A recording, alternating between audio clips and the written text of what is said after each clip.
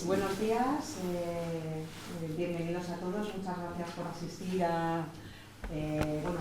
era una rueda de prensa, era una presentación más dirigida a los medios de comunicación, pero bueno, es la primera presentación del libro Historia Oculta de la Música de Luis Antonio Muñoz. Y lo primero de todo, agradecer a la Gran Logia Simbólica Española que nos hayan acogido en su sede, en su nueva sede, porque además, bueno, yo creo que es un escenario, como diría aquel, inigualable para presentar este libro. Y nada, ya simplemente darles las gracias a todos en nombre de la Esfera de los Libros, agradecer también a Martín Villade que nos haya introducido el libro y también este acto, y ya doy paso a Martín y a Luis Antonio para que nos cuenten de qué va este libro. Gracias y bienvenidos. La verdad que no me parece...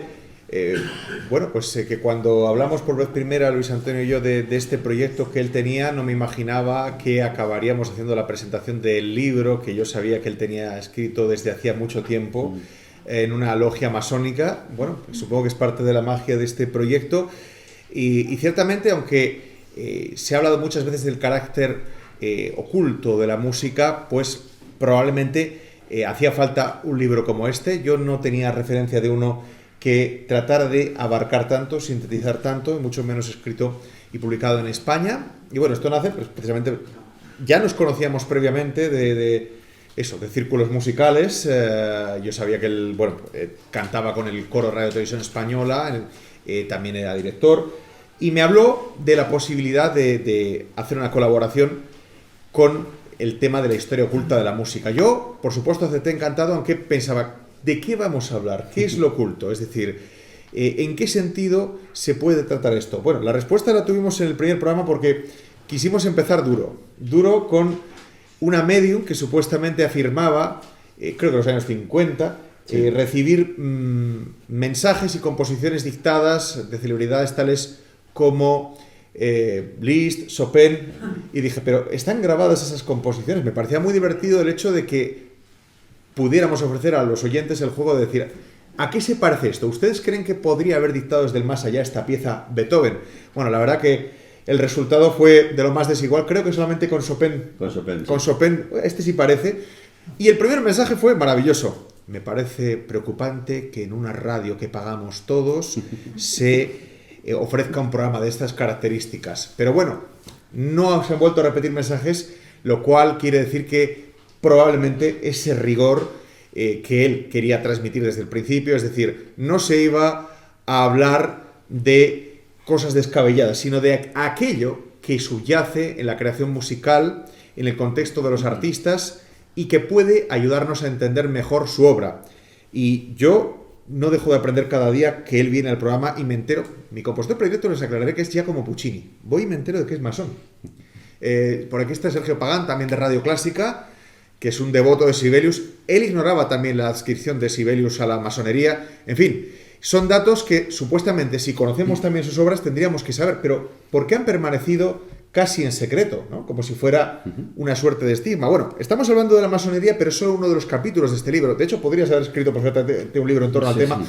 A lo mejor quizás nace de aquí ese segundo libro. En fin, la cuestión es que esas claves ocultas dentro de las fugas de Johann Sebastian Bach, el hecho de que el sentido que dio Satie a su obra no se entiende sin su adscripción a los Rosacruces, menos conocidos todavía, el hecho de que Leonardo da Vinci también haya esparcido numerosos guiños en su obra que no tiene que ver nada con esa majadería del código da Vinci, sino que son auténticos enigmas musicales. Por ejemplo, nos trajo al programa la única composición conocida de Leonardo da Vinci. Es muy ingeniosa porque él no escribió una partitura, sencillamente se limitó a construir frases en italiano, pero coherentes a partir de palabras que contenían las notas musicales, de lo cual se podía deducir cómo sonaba eso. Nos habló de los instrumentos que Leonardo proponía. Bueno, tú mismo participaste en la reconstrucción de algunos, y funcionaban. Otra cosa es que a lo mejor fueran de un solo uso.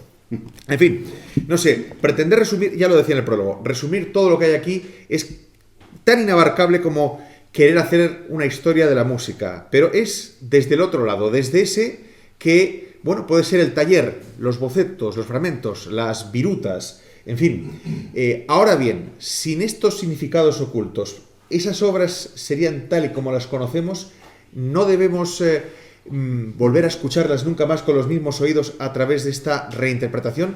Lo cierto es que vivimos en una época en la cual supuestamente no ha de haber secretos. Una prueba de ello es que grandes tabúes de la historia de este país, de la historia reciente o incluso de lo que es la política de Occidente han quedado al descubierto en épocas recientes gracias a las redes sociales. Pensamos, por ejemplo, en Wikileaks, ¿no? Es decir, lo que antes nunca se hubiera podido llegar a saber, ahora es de dominio público. Por tanto, hay que escudriñar también en la historia de la música y ver qué datos dispersos, qué claves, qué archivos que conservan todavía las verdaderas motivaciones de los autores musicales pueden ser ahora vistas con la perspectiva del tiempo y ayudarnos a no banalizar. Bueno, volviendo al tema de la masonería, siempre se cita a Mozart como máximo exponente, pero realmente de una forma que yo pienso que no llegamos a comprender. Parece que la flauta mágica es donde están todas las claves. Se ignora, por ejemplo,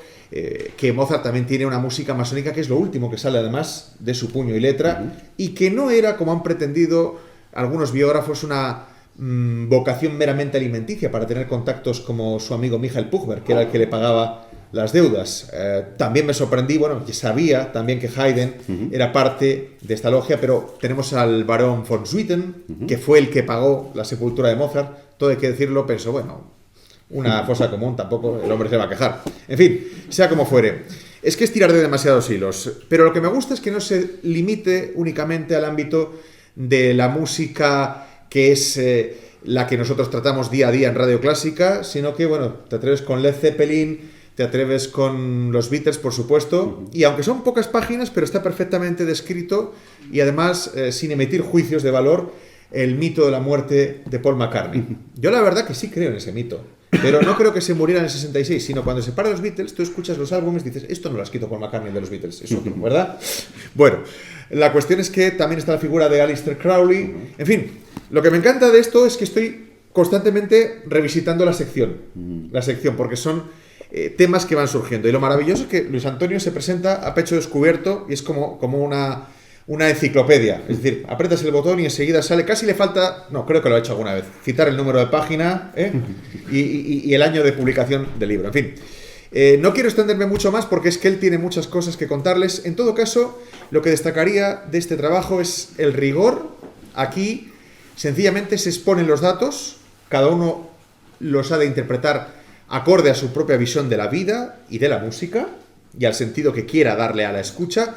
Y no quiero dejar de recalcar la importancia de que hay una inmediatez, que es la que también nos permite las redes sociales, de los ejemplos musicales aquí descritos. Inmediatamente hay un vínculo de internet donde se puede comprobar.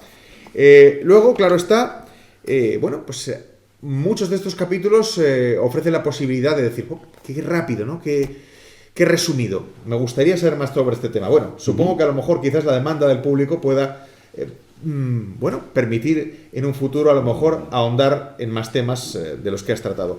No sé si admites preguntas. Sí, claro. ¿Admites preguntas? Sí, esto es una reunión entre amigos y nuevos amigos, así que, mi intención era hacer algo desenfadado, pero emocionante, en el sentido más amplio de la palabra, porque debo decir que estoy muy emocionado de estar aquí y de escucharte. Igualmente. ¿Qué ha tenido que quedar fuera de este volumen? Porque, obviamente, aquí has hecho una síntesis milagrosa, pero estoy seguro de que hay muchos temas que te habrá dolido tener que reducir, resumir, sencillamente tratar por encima. Sí. Son las limitaciones siempre del soporte y también que cuando tienes la pasión de contar una historia, ningún soporte es suficiente. O sea, el libro tendría que tener 18 millones de páginas para poder contar las cosas que te gustaría contar. Bienvenidos a todos, muchas gracias por venir, muchas gracias, Martín. Una cosa que se me olvidó. Dime. La magia de la radio. El libro estaba escrito hacía tiempo. me llama un día y me dice, oye, que me han escuchado los de la Esfera de los Libros, que me han llamado, que me han localizado. Sí. Digo, hombre, bueno, pues bienvenido sea. Y eso Quiero decir que no estaba oculto, es verdad. Para el EGM, que siempre dice que a nosotros, bueno, pues que no nos escuchamos ni nosotros mismos, sí. Pues yo creo que no, que realmente hay un público que, sobre todo con la cantidad de malas noticias que hay día a día, que busca otra cosa a esas horas de la mañana que le haga pensar que el mundo pues puede ser un lugar más habitable. Un poquito mejor, sí. Sí. Es cierto. Bueno, pues como os decía, gracias a todos por venir, gracias a asistir, gracias Martín, porque, bueno, tengo pocas palabras porque la emoción te lleva un poco a tener tantas cosas que decir. Lo primero es agradecer a la Gran Logia Simbólica Española, pues el lugar, como decía Mercedes, agradecer a todo el aparato técnico y físico de la editorial, con Mónica ahí en la cabeza, que es la editora con la que no he tenido que pegarme nada, al revés, ha sido todo mensajes muy fluidos y maravillosos, y Félix, que está también aquí. Os contaré un poco la historia del libro y el por qué surge. Muchas gracias también a Martín y a Radio Clásica, porque este libro no se habría publicado si no hubiera sido por Radio Clásica. Es justo lo que estaba contando Martín. Yo empecé a hacer la sección porque, como soy muy cabezota, pues me dio la idea de seguir manteniendo vivo este proyecto en el que he estado trabajando 9 años. He estado unos 9 años recopilando información, sintetizando muchas ideas y dejando muchas cosas fuera. E incluso, cuando empecé a hacer la sección en la radio, he descubierto cosas nuevas que dan paso a nuevas posibilidades, como por ejemplo la criptografía musical. De repente dedicamos cuatro programas, porque yo iba encontrando cosas mientras me iba documentando y de repente dije, madre mía, cuántas cosas nuevas hay, ¿no? Lo cual hace que la vida sea más dinámica y el contenido también. Bueno, este libro, como decía, se ha hecho en un proceso de 9 años y gracias a estar en la sección, pues creo que fue Imelda la que me escuchó, me parece, me dijo en el coche, y como hay tantos atascos, pues la gente escucha mucho Radio Clásica en los atascos también, a las 9 de la mañana, sobre todo a ti. Y bueno, pues una de las cosas ha sido ver todo ese proceso bonito en el cual ves como una idea, el motor inicial, que es un pensamiento, y es que la música siempre ha estado relacionado con la magia, desde que el ser humano es ser humano.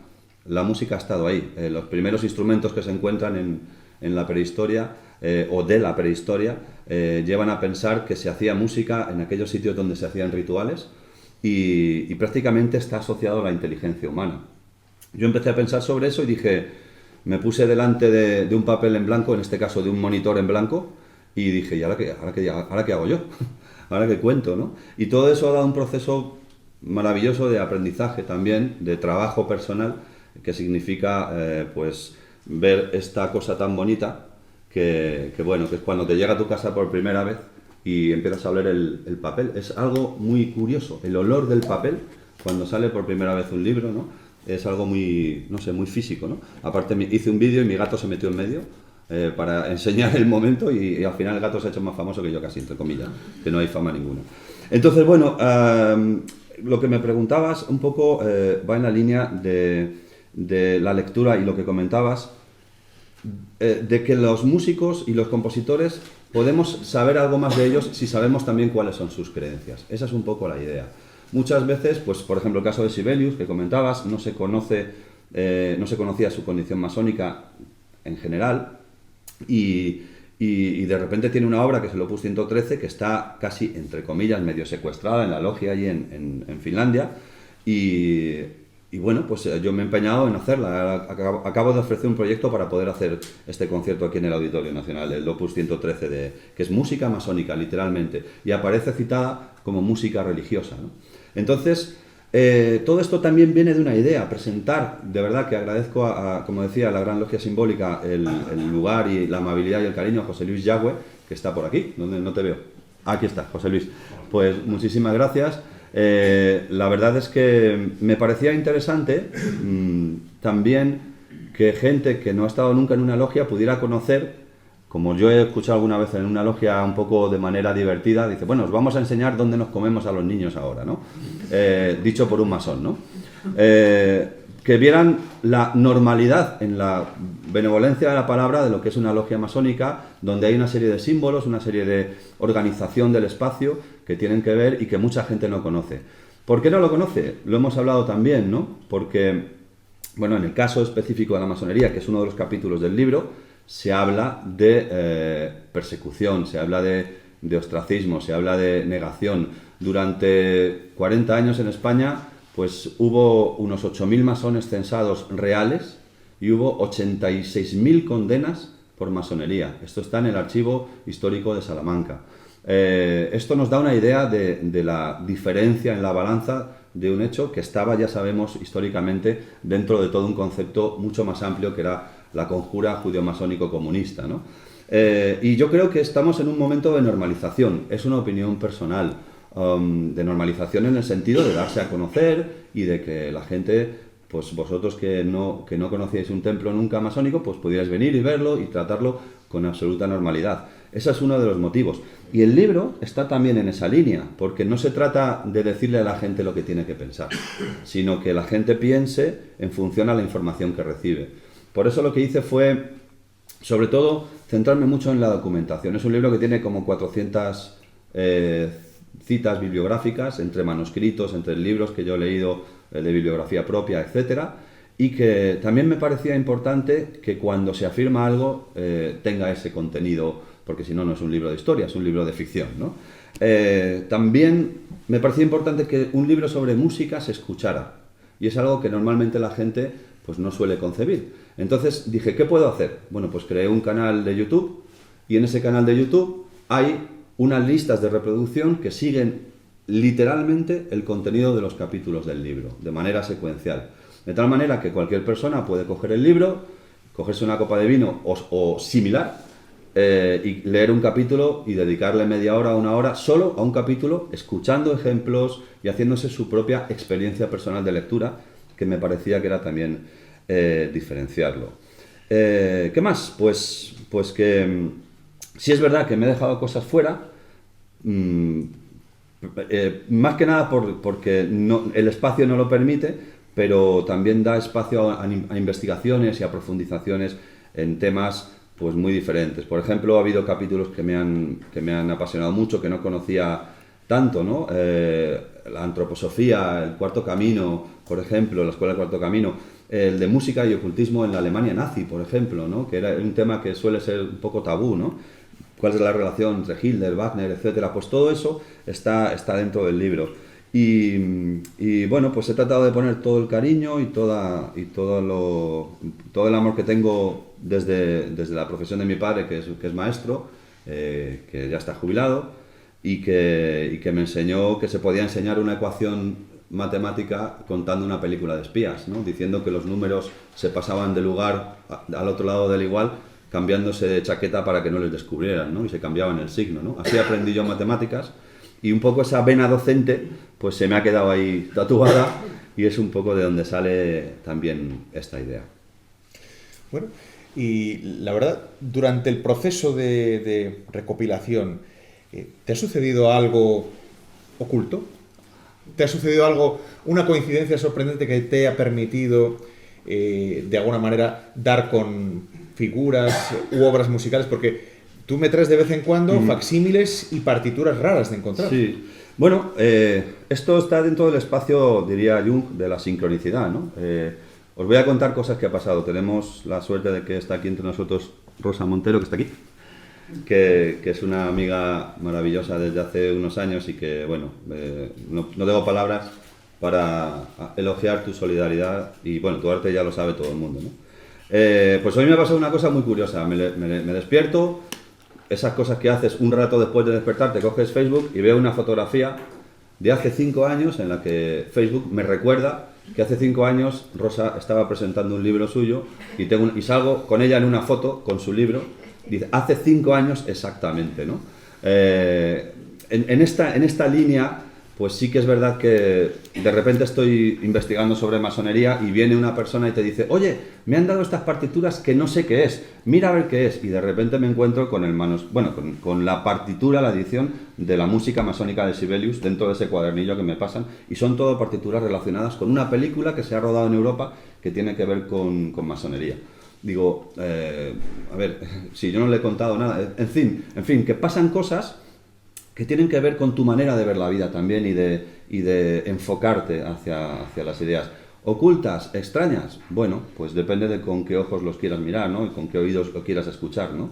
En este caso sí que creo que podemos escuchar la música con oídos diferentes si entendemos más el proceso, si entendemos más por qué se hacen las cosas y de dónde salen. Y estoy pensando, ¿tú crees que en esta sociedad nuestra la que la inmediatez de la información nos permite que cualquier cuestión quede casi automáticamente resuelta, tenemos necesidad de que haya todavía misterios impenetrables? Sí, porque para mí el ser humano está relacionado con el misterio. Está también relacionado con otros elementos de la misma fuerza, como puede ser el humor. Yo le doy tanta importancia al misterio como al humor. Creo que es importante esa balanza, ¿no? Y porque en el fondo la inteligencia humana es eso. Cuando yo creo que los primeros humanos que empiezan a ser conscientes de que son humanos, igual que un gato se mira al espejo y no sabe si es él o es su imagen, cuando nosotros empezamos a saber que somos humanos es porque tenemos esencialmente dos cosas. Una proyección, la que sea, en las creencias que sean de cada persona, y tenemos humor. Son las dos cosas. Tú lo sabes bien porque hace chistes muy malos en la radio. Y creo que no me perdona aún que le dijera que era una especie de cruce entre Anthony Blake y Jiménez de los Santos. Esto es. Esa te la tengo guardada, ya te lo dije. Entonces, bueno, la verdad es que humor, inteligencia y misterio creo que forman parte de la esencia de los seres humanos. Y por supuesto, creo que no faltarán nunca. Aunque es verdad que Arthur C. Clarke decía que la magia será la ciencia del mañana. Entonces, en ese equilibrio entre esos dos conceptos, entre lo que hoy en día es misterioso, probablemente dentro de 200 años ya no lo sea, igual que la circulación de la sangre, pues en el siglo XV era magia y misterio y hoy en día pues la tenemos bastante clara, ¿no? En ese camino creo que estamos todos de aprendizaje y de autoaprendizaje, ¿no? Quería preguntarte por Beethoven, porque obviamente es año beethoveniano, 250 años que se cumplen de su nacimiento, esto será en diciembre, y pues no podía faltar en el libro, precisamente por esa cuestión de Beethoven masón o no. ¿Crees que conoceremos algún día la respuesta?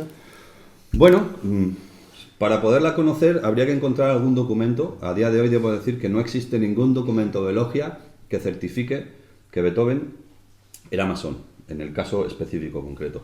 Pero sí hay muchas pistas que llevan a pensar que estuvo muy cerca de la masonería. De hecho, hay cartas que yo he rescatado en las que se cuenta cómo... Bueno, de hecho, le piden personalmente a Beethoven música suya prestada para ser utilizada en rituales masónicos. Entonces, le pide, oye, queríamos utilizar 2 canciones tuyas para un ritual masónico, si no te importa, le vamos a cambiar la letra, y le cambiaron la letra a 2 canciones de Beethoven para convertirlas en música para el trabajo masónico. Y aquí me permites explicar una cosa, porque estamos en una logia, para los que no conocéis el entorno, o sea, los profanos, como yo mismo lo soy. Bueno, pues hay una parte dentro de las logias que se llama la columna de armonía, que es muy importante. En la masonería, los músicos tocaban música en directo en la época de Mozart. Hoy en día, veis que allí al final hay un equipo de sonido. Algunos rituales se pueden ilustrar con música grabada, de hecho se hace así. Y tenemos a Luis Algorri por aquí, que está... Luis es especialista, es periodista, es especialista en música y sabe muchísimo de estos temas también. Tiene conferencias interesantísimas. Le agradezco mucho que esté también. Y bueno, pues este momento dentro de las logias, que es el de la... No es un adorno, forma parte también de los ritos y forma parte de ese trabajo que se realiza dentro de las logias. Entonces, lo que me preguntabas, Beethoven... No existen esos documentos, pero estuvo muy cerca. Hay documentos que llegan a pensar, incluso frases escritas por él en algunos manuscritos. Creo recordar ahora de memoria una frase que dice algo así como una acacia sobre la tumba de mi hermano, ¿no? O Son frases, la acacia es una planta muy masónica, que tiene mucha relación con misterios masónicos.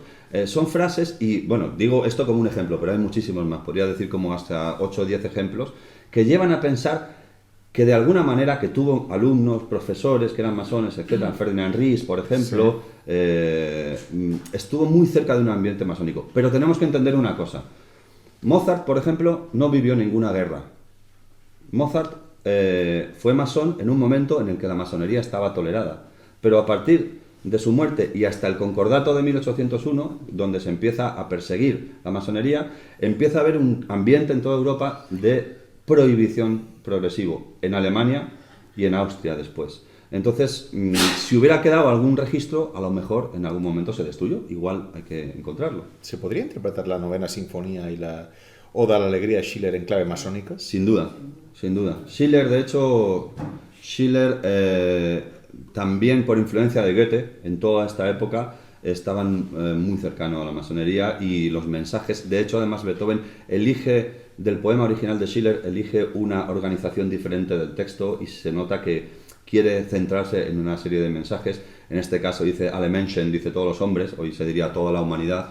Pues bueno, es una llamada a la unión de toda la humanidad en esos conceptos de justicia, de equidad, etcétera, que se manejan no solo en masonería, obviamente, pero que el entorno lleva a pensar que sí, que estaba muy cerca, sí. Hablemos de estos proyectos personales en los que tú has participado, que luego han acabado, de alguna manera, bueno, pues configurando algunos de los capítulos del libro. Volvamos al proyecto de Leonardo da Vinci, que además tuviste oportunidad de conocer a la viuda del estudioso estadounidense que descubrió 2 documentos de Leonardo en la Biblioteca Nacional y que casi le cuesta en la cárcel. Bueno, esto fue una historia muy curiosa. Casi nadie lo sabe, pero en Madrid hay 2 manuscritos de Leonardo da Vinci. Hay 2 manuscritos que son el Códice de Madrid I y Códice de Madrid II. Menos mal que no acabaron en Santiago de Compostela, a lo mejor sí, hubieran desaparecido. Habrían volado. Eso. Esto me enfrento todos los días que voy a la radio. Entonces, Leonardo, la historia de esos manuscritos es que llegan a la Biblioteca Nacional gracias a Pompeo Leoni. Bueno, tenemos también aquí a Eduardo Paniagua, que le estoy viendo allí, que es uno de los artífices de que yo colaborara en este proyecto, que es un proyecto maravilloso, porque siempre digo que trabajar en estas cosas es como hacer un viaje en el tiempo. Gracias a Eduardo, que se acercó un día a mí y me dijo una frase que a mí me gusta mucho, que es: ¿te atreves a...? Entonces me dijo: ¿te atreverías a tocar un instrumento que no ha tocado nadie nunca? Me dijiste literalmente al lado del auditorio. Y yo dije, vale. Entonces, de repente me viene un proyecto que tiene una historia a su vez, basada en 2 manuscritos de Leonardo que llegaron a España a través de Pompeo Leoni, el escultor de Felipe II. Esos manuscritos tienen una historia maravillosa, se pierden, etc. Llegan aquí y llega un investigador de Estados Unidos y los descubre en la Biblioteca Nacional. Los descubre sin saber que eran 2 manuscritos de Leonardo. Él pensaba que eran otra cosa, tratado de mecánica, no sé qué. Hablo del año 68, todavía Franco no había muerto.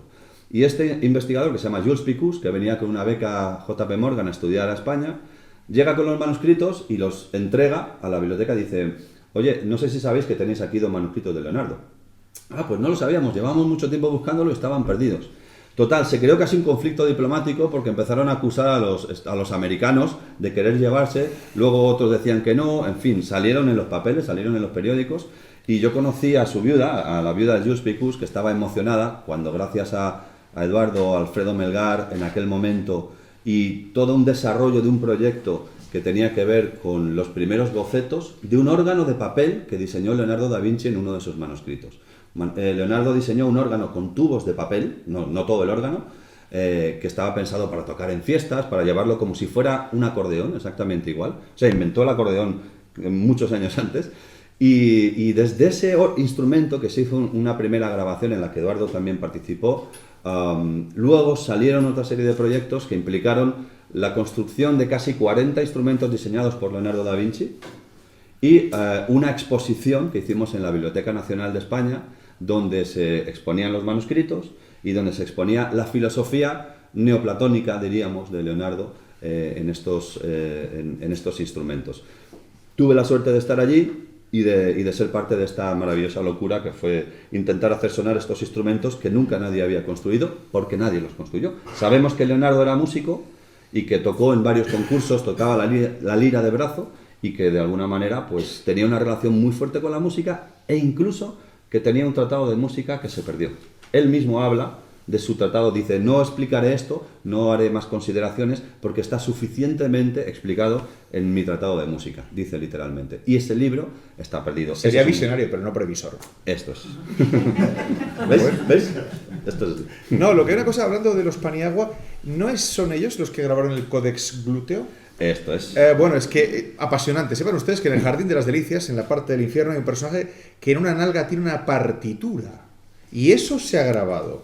Y no suena como a lo mejor podría sugerir el contexto donde está. Sí, literalmente. Pero explícalo, porque hablaste de ello en el humor, en la música. Sí, bueno, tuve la suerte también, gracias a todo esto, de que en Radio Nacional, en Radio Clásica, apostaron por darme un espacio precisamente de humor, y no soy yo humorista, sino para hablar sobre el humor en la música clásica, y el primer programa se lo dedicamos, entre otras cosas, a una entrevista de Eduardo en la que hablamos de su disco famoso, del disco que grabó con su hermano, que era un poco el ideólogo de todo este concepto, Gregorio Paniagua, y otro musical.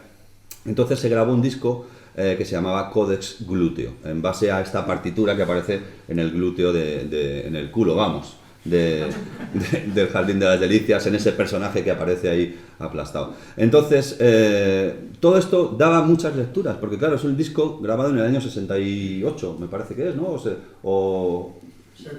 75, gracias, 75. Pero fijaos, el paso de lo que ocurría políticamente, históricamente en el año 75 y grabar un disco sobre el culo, hombre, pues era la época del destape, claro. Era la época del destape, lo que iba a venir.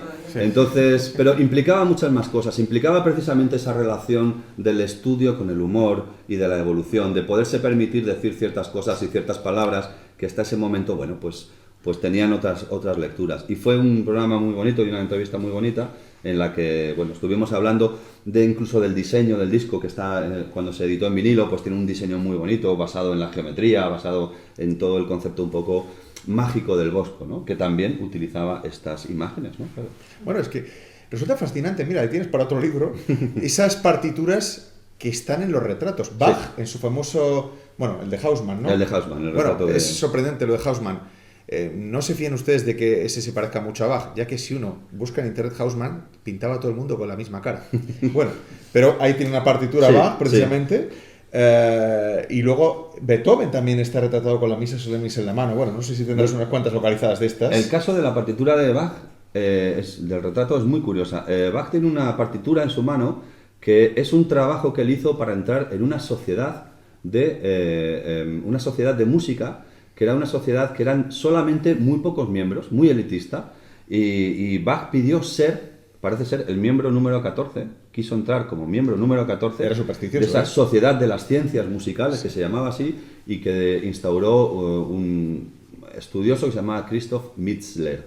Esta partitura en la mano es el trabajo que él presentó como forma de presentarse ante esta especie de sociedad que le aceptó en ese puesto número 14. El tema de los números es muy curioso. Schoenberg, por ejemplo, el compositor, tenía fobia al número 13. Triskaidekafobia. Triskaidekafobia, sí. Y claro, bueno, él no quiso pasar del dodecafonismo y no se atrevió a más y se quedó ahí con las 12. Pero es curioso, de hecho, hay una anécdota interesante en esta línea, ¿no? En la ópera de Schoenberg que se llama Moisés y Aarón, en alemán, Moses und Aaron, tiene 12 letras porque Schoenberg no escribía a Aarón con 2 A's, sino le quitó una A para que no tuviera 13 letras el título. Por eso cuando veáis el título de la ópera de Schoenberg veréis que pone Moses und Aaron con una sola A en lugar de con 2 A's. Es que uno de los primeros relatos del programa fue sobre eso y es que murió exactamente un día que se cumplían todas estas premisas del 13. Es verdad que hay mucha gente con mucho tiempo libre. Entonces, si te pones a buscar, que es un poco la línea también del libro. O sea, yo planteo la información ahí porque, por ejemplo, esto pasa con el caso de Bach, ¿no? Friedrich Sment y Helga Töne también, que han hablado mucho de ella. Sus estudios sobre Bach y la numerología muchas veces dan muchas vueltas y buscan demasiadas patas a gatos que solo tienen 4, ¿no? Hablan es que si sumas los compases de la ofrenda musical con los de no sé cuántos, te sale la edad de Christian Rosenkreuz, pero en la edad de... Entonces, claro, a ver, todo cabe dentro de estos análisis, y precisamente si algo trata este libro es de ofrecer información para que cada uno haga su propia investigación y no a partir de esto es así, como se parte en muchas páginas de internet, que esa es otra, que en las páginas de internet la información está muy copiada muchas veces, y cuando empiezas a investigar te das cuenta que se repite de manera sistemática de un sitio a otro, y ahí hay muy poca seriedad. Vas a nutrir Wikipedia con esto tú, ¿eh? Bueno, yo con que se nutra la gente estoy contento, porque verdaderamente lo que quiero es que la gente escuche música, la escuche de manera diferente y se plantee que la música tiene un fondo. Son las olas del mar, pero en el fondo hay muchas criaturas vivas, y esa es un poco la idea de este libro. Oye, háblanos un poco de Scriabin, ¿no? Porque un compositor que se proclama a sí mismo como Mesías y que funda una religión propia de la cual es el único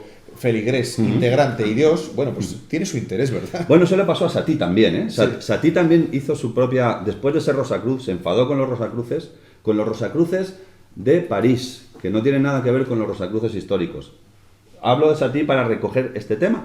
Satie se enfada y años después, cuando vivía ya pobre en Arcueil, a 20 kilómetros de París, andaba todos los días porque no tenía dinero ni para coger transporte, creó su propia religión, su propia iglesia, la Iglesia Metropolitana de París, en la que él era también único fiel. Luego le pasó a Scriabin. Scriabin tiene toda una especie como de visión apocalíptica del mundo. Fíjate que Scriabin muere en 1914, justo el año que empieza por carbunclo, por una herida en un labio, el año que empieza la Primera Guerra Mundial.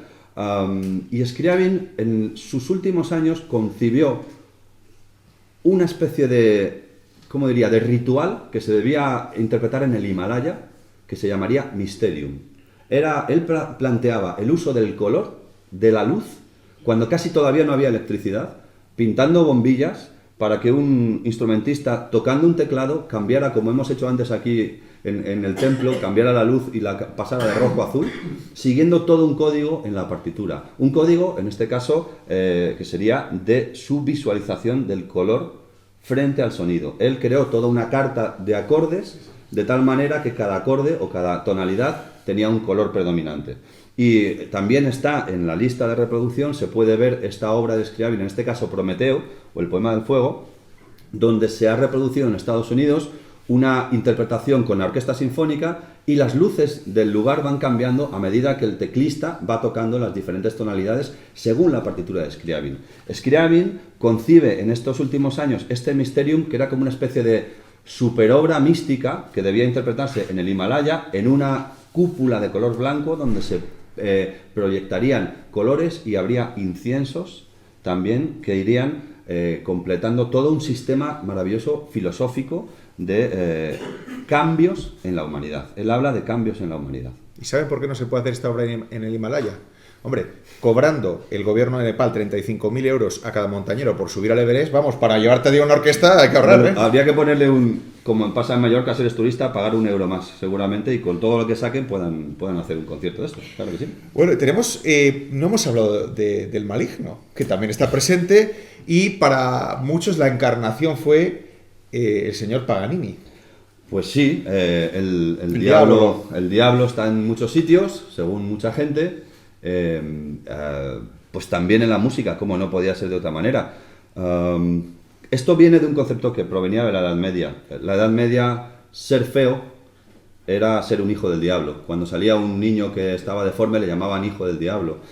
Toda esta filosofía tiene, aparte de lo que supone en la historia propia de la palabra, de Ibel, Teufel en los distintos idiomas, toda esta filosofía redunda en que a lo largo de la historia de la música el diablo pues toma una cierta predominancia por muchas cosas. Primero, porque cuando el diablo aparece en la música se venden más discos. Esto pasa sobre todo en los años 60 y 70, donde los grupos de rock de repente conciben la música como una manera obviamente comercial, y da la casualidad de que los discos donde aparece el diablo o algo satánico pues venden mucho más, ¿no?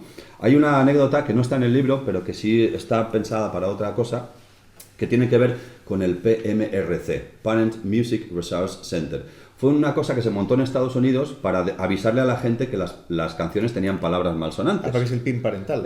Sí, como el PIN parental esto, ¿no? Bueno, pues el PMRC resulta que eran mujeres de hombres muy influyentes en Estados Unidos que hacían una comisión para decirle a la gente: estos discos tienen letras explícitas, no se pueden utilizar porque no sé qué, o que por lo menos avisar. Y se dieron cuenta que los discos en los que ponían la pegatina del PRMC eran los que más vendían. Entonces, al diablo le pasaba un poco lo mismo. En el caso de Paganini, estamos hablando del sistema, cuando tú lo sabes de sobra, cuando se empieza un poco a generar el sistema del Star System en los músicos clásicos, incluido el propio Liszt, que tiene una anécdota muy divertida que os voy a contar. Liszt llega un día a dar un concierto a no sé qué ciudad y se encuentra que hay 3 personas en el auditorio.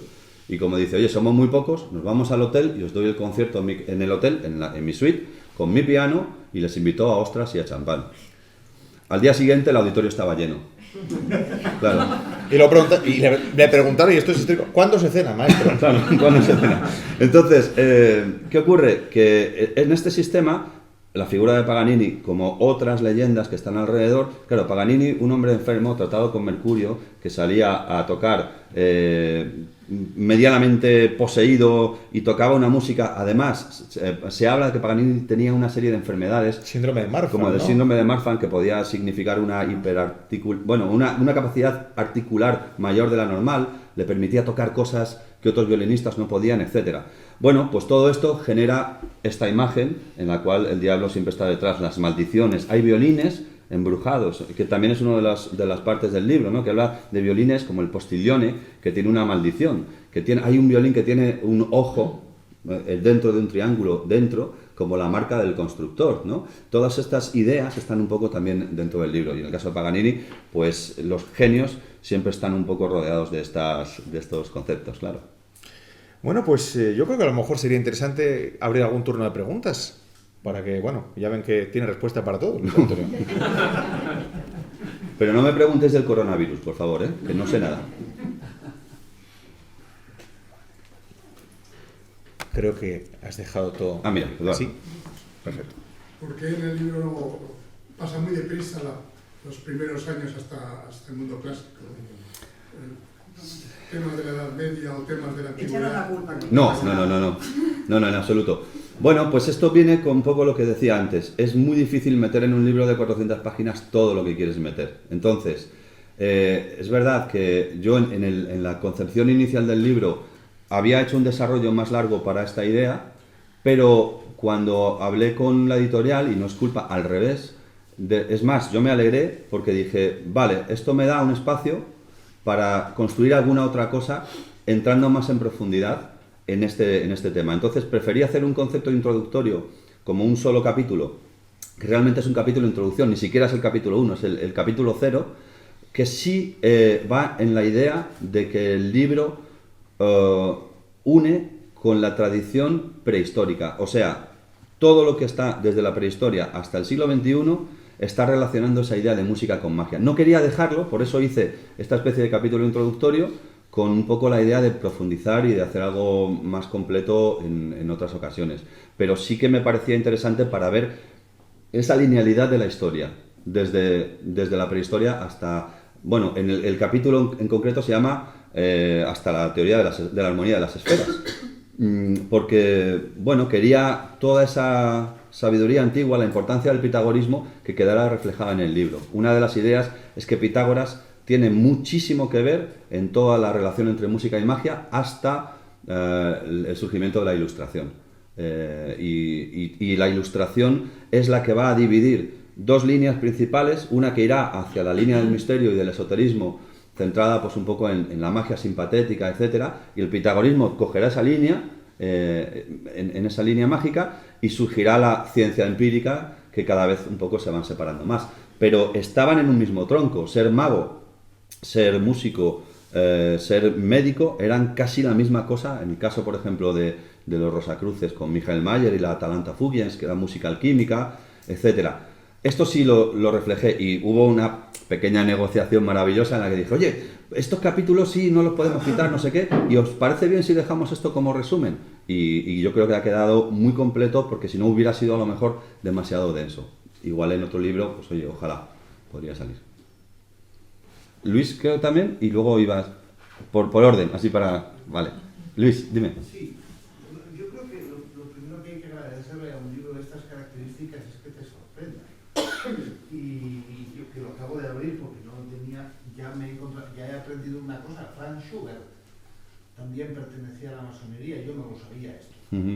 Sabía que había un músico alemán que se llamaba Schubert, pero de Schubert no lo sabía. Y luego sobre el célebre enigma Beethoven, que es una de las discusiones más viejas y más, en fin, no acabará nunca sobre eso porque tienes tu razón, no tenemos el documento que prueba la afiliación de Beethoven a ninguna logia. Pero la frase que tú has citado, la de una acacia sobre la tumba de mi hermano, solamente tiene sentido en un contexto masónico, solamente la puede decir un masón, porque forma parte de un ritual esencial, forma parte esencial del ritual de uno de los grados de la masonería. Esa frase no se entiende si no es así. Y luego es que efectivamente no hay documentos, pero es que tenemos los testimonios de hermanos de la logia de Beethoven que lamentaban que dada su enfermedad y su sordera y su vejez y su dolor de cabeza, porque Beethoven muere intoxicado por plomo, tenía unos dolores horribles, ya no iba al taller a trabajar con sus hermanos, lo cual es así. En fin, a mí me parece, es como el célebre enigma Händel. También se discute sobre si Händel era o no era masón. Pues a lo mejor no lo era, pero debía de ser el único en todo Londres en su círculo de amistades en aquel momento que no lo era.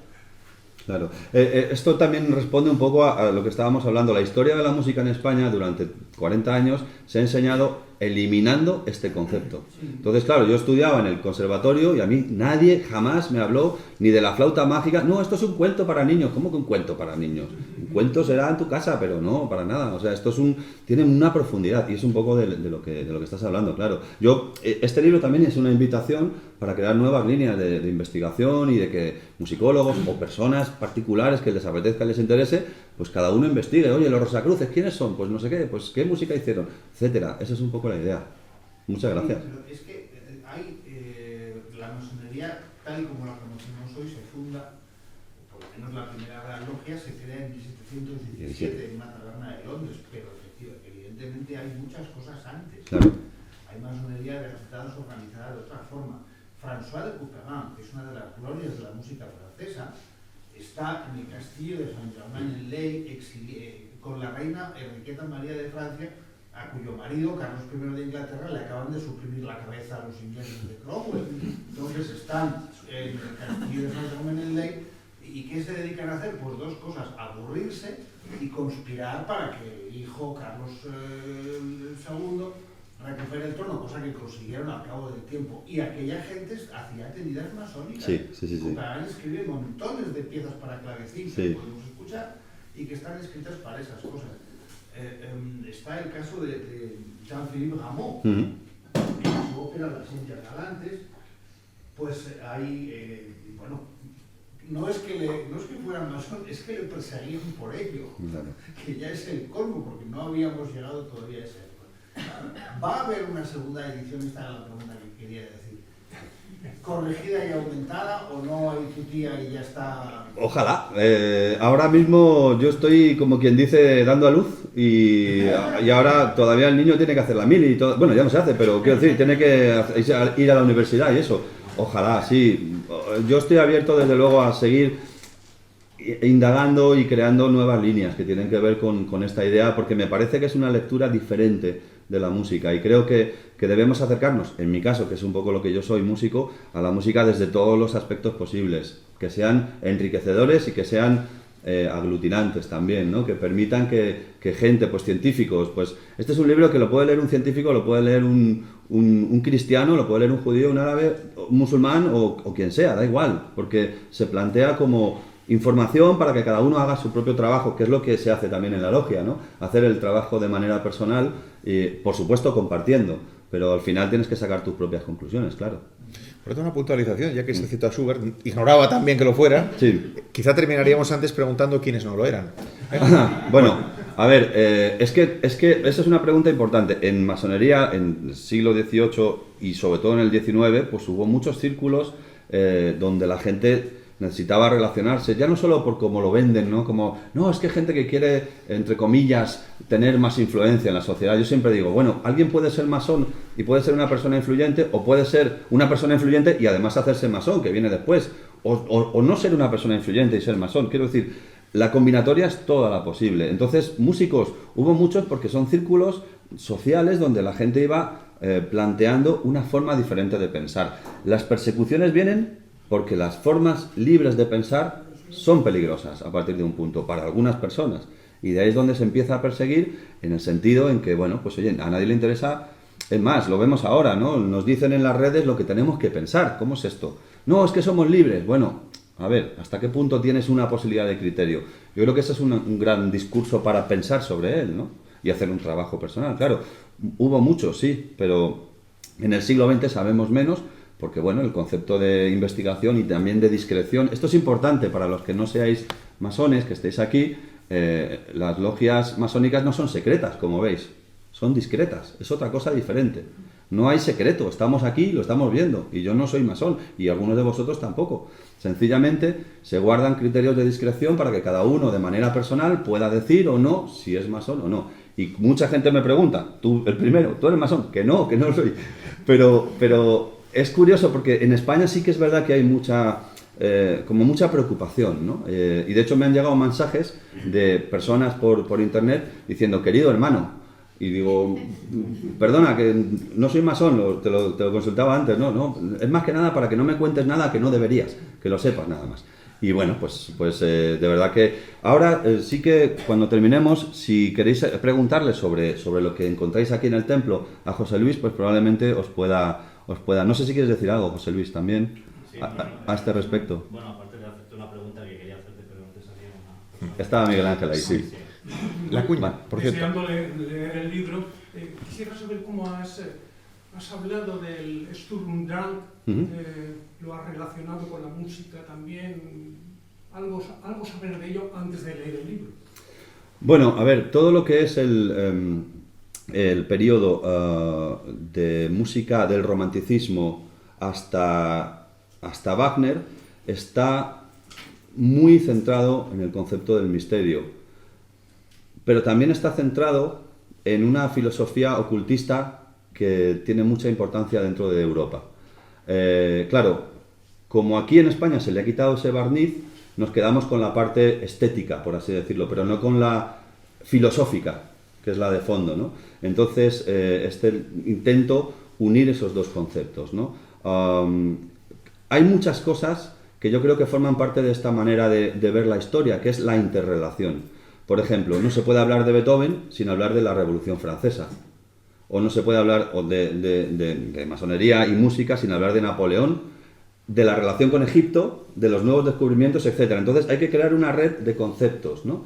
En el caso de lo que es el periodo central del romanticismo hasta un poco el surgimiento de las primeras vanguardias, hay todo un proceso también de búsqueda personal de algunos compositores y de conceptos muy, muy interesantes que van creciendo. Es verdad que surgen, por ejemplo, unir la sociedad eugenésica con Wagner, con el antisemitismo y con Hitler. De repente llevamos a un montón de ideas, no porque estén unidas en sí, sino porque hubo personas que las unieron, desde los textos de Bulwer-Lytton hasta los textos antisemitas de Wagner, donde expresamente, por cierto, con el seudónimo de libre pensador, Fray Gedank, que los firma en un primer momento, luego eso se interpreta. ¿Qué ocurre? Que hay unos textos que hablan de Hitler, que intenta entrar, como muchos sabéis, en la Academia de Viena 2 veces, en la Academia de Artes, y no le dejan entrar, y luego se dispara lo que se dispara. Hitler llega y dice, vamos a escuchar Rienzi, le dice un amigo, y se va a escuchar Rienzi de Wagner, y su amigo dice, esto está escrito, en aquel momento empezó todo, y yo digo, Rienzi es la historia de un tribuno romano que se rebela contra su pueblo. Si vemos la iconografía nazi, de repente vemos que es esencialmente la imperial romana. Entonces, ¿hasta qué punto podemos unir ese concepto de cómo Hitler se acerca a través del pensamiento de los escritos de Wagner, por ejemplo, de los judíos en la música, donde dice que los judíos copian el arte y que no tienen originalidad propia? Todo ese proceso del final del romanticismo, de, estoy enamorado, etc., en el fondo tiene una base filosófica, ¿no? Y es un poco lo que trato de transmitir aquí. Quería hacerte una puntualización respecto a lo de Schubert. Sí. Que es poco conocido el hecho de que él adaptó antes que Beethoven la Oda a la Alegría, en una pequeña canción. Ajá. Si le damos el sentido que hemos comentado antes, pues tendría hasta su lógica. Tiene sentido. Bueno, es que aquí Martín es yo cada vez que voy a hablar con él en la radio es alucinante, o sea, porque además, no, en serio, de verdad, porque además él no tiene ninguna documentación. Está si le dices algo, el otro día le dije, ¿conoces a esta violinista? Y dice, sí, la sobrina nieta de no sé quién, de Joaquín o no sé quién, del violinista. Gelida Arañez. Gelida Arañez, sí. Y se acuerda ahora, ¿no? O sea, es increíble, o sea, es como un bueno, es interesante porque hay historias muy curiosas, como la de Robert Schumann, que pensaba que le dictaba el espíritu de Mendelssohn, a través de sesiones de espiritismo, las últimas obras. Y tiene un concepto de violín que es un concepto muy descompensado, muy extraño, claro, que Joachim nunca lo quiso estrenar, porque decía, es que esto no se puede tocar. Y entonces luego los nazis vendieron la historia de que los judíos habían ocultado la existencia de ese concierto para que no eclipsara al de Mendelssohn, que era judío, ¿no? Claro. Entonces, cuando se trata de reconstruir este concepto, pues se vio que no daba mucho de sí. Hindemith hizo un arreglo y Gelida Arañez se arrogaba los derechos. El derecho de si poder le decía a hacer. Menuhin, usted no puede estrenarlo porque a mí me ha dicho, yo soy sobrina nieta de Joachim, y me ha dicho su espíritu que lo tengo que estrenar yo. Y me ha dicho su espíritu, ni más ni menos. Por eso digo que este barniz estaba ahí en todo, ¿no? Claro, todo, sí. José Luis, disculpa, tenías... Aparte de, estoy por supuesto a disposición de las preguntas que puedan hacer y que yo pueda contestar. Claro. Quería hacerte una pregunta, que es en el discurso musical, no en una ópera en donde hay todo un trabajo técnico, hay un diálogo, etcétera, pero ya en la propia esencia musical, me gustaría que nos dijeras dónde se puede detectar realmente el espíritu masónico. Bueno, cuando hablamos de mensajes, hablamos de un cierto cifrado. Con lo cual, siempre digo, ¿por qué alguien esconde un tesoro y deja un plano para que la gente lo descubra? Es una pregunta que siempre me hago, ¿no? Porque si tú no quieres que lo descubran, no dejes un plano. Entonces, en fin, con la música pasa un poco algo parecido. Yo he tenido acceso, hay manuscritos sobre rituales masónicos en la Biblioteca Nacional digitalizados, donde se pueden consultar, donde están, por ejemplo, las baterías, los ritmos, están... literalmente se pueden consultar. Esto está ahí en la base de la Biblioteca Nacional. Lo digo para el que quiera investigar en ese sentido. ¿Qué ocurre? Bueno, pues que también es tu conocimiento el que te puede hacer ver en una partitura mensajes. Mensajes que pueden ser rítmicos, por ejemplo, ¿no? Hay partituras. Yo he encontrado en un archivo en Madrid un himno dedicado a la Gran Logia de La Habana, por un compositor que quiero ahora estrenar y estoy un poco detrás de ese proyecto. Intentando contactar con las logias en Cuba es imposible, por correo electrónico no lo intentéis, no contestan, ¿no? Voy a ver si llamando por teléfono, o bueno, tendré que irme allí porque no he ido nunca. Pero, claro, la partitura empieza ya con 3 acordes, pam, pam, pam, como empieza el principio de la obertura de la flauta mágica. Tin, ton, tan, tarirorán, tan, tan. Todo eso es un mensaje que está dentro de la propia obertura. Dentro de la ópera hay además un momento que se llama los 3 acordes. Claro, si tú no sabes de lo que va un poco este concepto, si tú no lo sabes, pues te suena a los 3 acordes, pero en el fondo estamos hablando de una señal que es la que está construida para que aquellos iniciados la puedan detectar. En la propia partitura está escrito los 3 acordes y tienen un sentido. Por supuesto, es muy ya trillado el número 3 dentro de lo que es la flauta mágica, ¿no? Las 3 damas, los mensajes que se transmiten al público filosófico siempre vienen dados por los personajes de 3 en 3, etcétera, ¿no? Pero ahí es donde saber la biografía de un compositor y sus creencias puede hacer que las partituras tengan una lectura diferente. Por ejemplo, el caso de Liszt, que estuvo en una logia que se llamaba La Unidad, de Einigkeit. La música religiosa de Liszt es completamente diferente de la música pianística. Y uno se podría preguntar por qué. Tiene un requiem para voces de hombres que es muy sencillo, muy ligero, menos el dies irae, que es un poco más complejo. Pero es que sus motetes son un acorde de órgano y una fase de coro casi vertical y con muy pocas notas.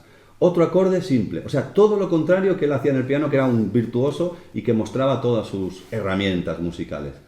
¿De dónde puede venir esto? Bueno, pues yo invito a que la gente estudie la obra religiosa de Liszt, como el Vía Crucis, por ejemplo, etcétera, desde esas perspectivas, porque algo pueden aportar. Si encontramos textos en los que Liszt hable de su religiosidad personal y de su trabajo personal, igual encontramos nuevas formas de entender esa música que de otra manera pueden ser.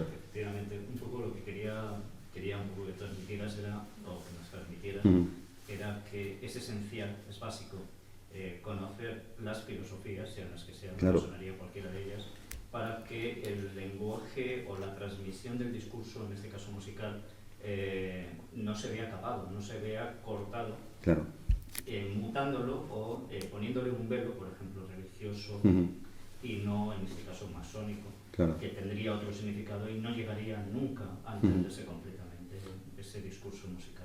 Claro, en este caso me vienen a la cabeza cosas que ha escrito Luis también y alguna conferencia que escuché tuya, ¿no? Sobre las preguntas que se hacen, en el caso específico de la masonería, el uso de la música. Me gustó mucho una conferencia que vi tuya en la que hablabas de cómo los hermanos masones tienen que plantearse que cuando están utilizando música en sus rituales, tienen que tener un sentido no estético puramente, sino dentro de lo que es el trabajo que están haciendo en ese momento, que es una adecuación que es un poco a donde tú te diriges, o sea, una adecuación al sentimiento, al trabajo y al... Es como, bueno, pues sí, a lo mejor me gusta mucho poner Led Zeppelin, pero si lo pongo es por algo, porque a lo mejor hay un mensaje o porque hay algo que está de alguna manera en connivencia con todo ese día o toda esa tenida masónica.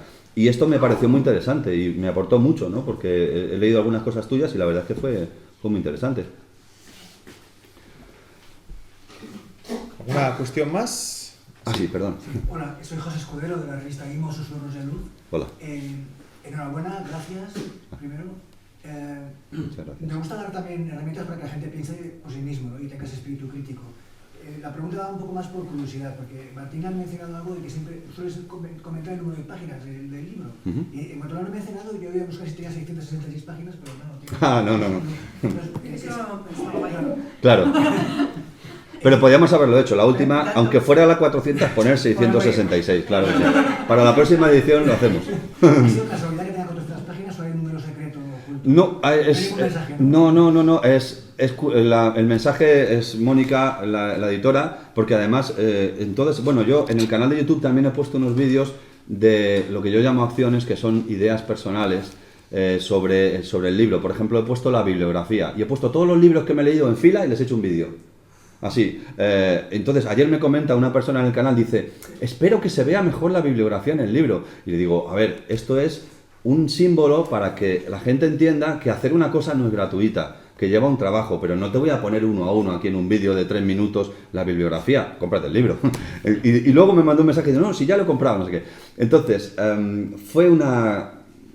construir esto significa de tu manuscrito a este trabajo. Por cierto, enhorabuena a la editorial, es maravilloso el trabajo que han hecho y el libro está muy bien terminado y estoy muy contento y muy orgulloso de él.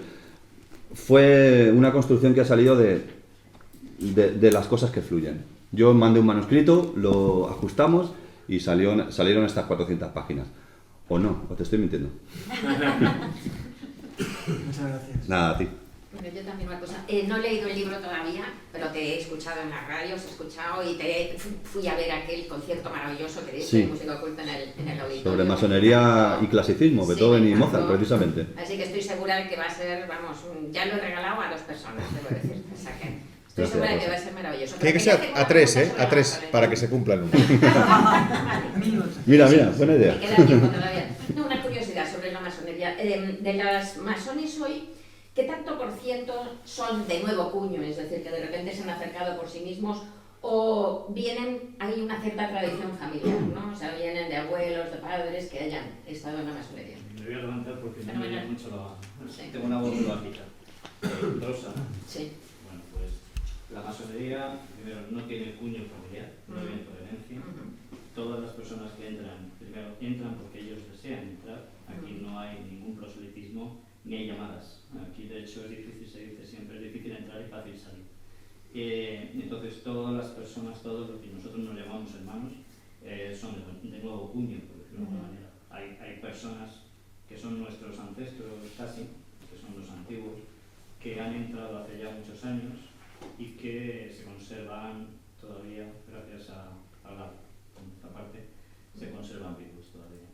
Yo llevo solamente 20 años, hay otras personas que ya llevan 30 y más. ¿Y cómo se te ocurrió a ti acercarte a esto, por ejemplo? ¿A mí? Sí, Personalmente. sí. Pues hombre, yo porque realmente creía que era necesario un trabajo. En mi vida profesional yo soy ingeniero y he considerado siempre que hay que buscar un trabajo humanista de mayor reflexión que creo que nuestra sociedad no nos está dando en el día a día. Y era necesario trabajar más. Necesitaba encontrarme con personas que tuvieran ese objetivo también. Entonces, de esa manera encontré esto, gracias a un amigo, en un momento en el que todavía la masonería prácticamente no se conocían los hermanos unos a otros. De hecho, este sitio en el que estáis es un proyecto de Unión de la Masonería en Madrid y creemos que es un bonito proyecto y estamos trabajando con eso. Y es nueva, ¿no? La sede, más o menos. Sí, se inauguró en septiembre. En septiembre. Y una pregunta más y ya lo dejo. Tradicionalmente se tiene un poco la idea de masones hombres. ¿Cuántas mujeres hay? Mujeres, no sé si te voy a decir que si quiere la hermana quiere hablar. No, simplemente decir que soy masona, artista y músico y musicólogo. Pues hay muchas mujeres, no te sé exactamente ahora mismo, incluso hay audiencias que son femeninas. La hermana pertenece a una audiencia que es de la Gran Logia Femenina Española. Nosotros somos de una audiencia que se llama la Gran Logia Simbólica Española, en donde hay tanto hombres como mujeres. De hecho, últimamente hemos tenido 2 grandes maestras mujeres. Y el último, ahora mismo tenemos un gran maestre que son.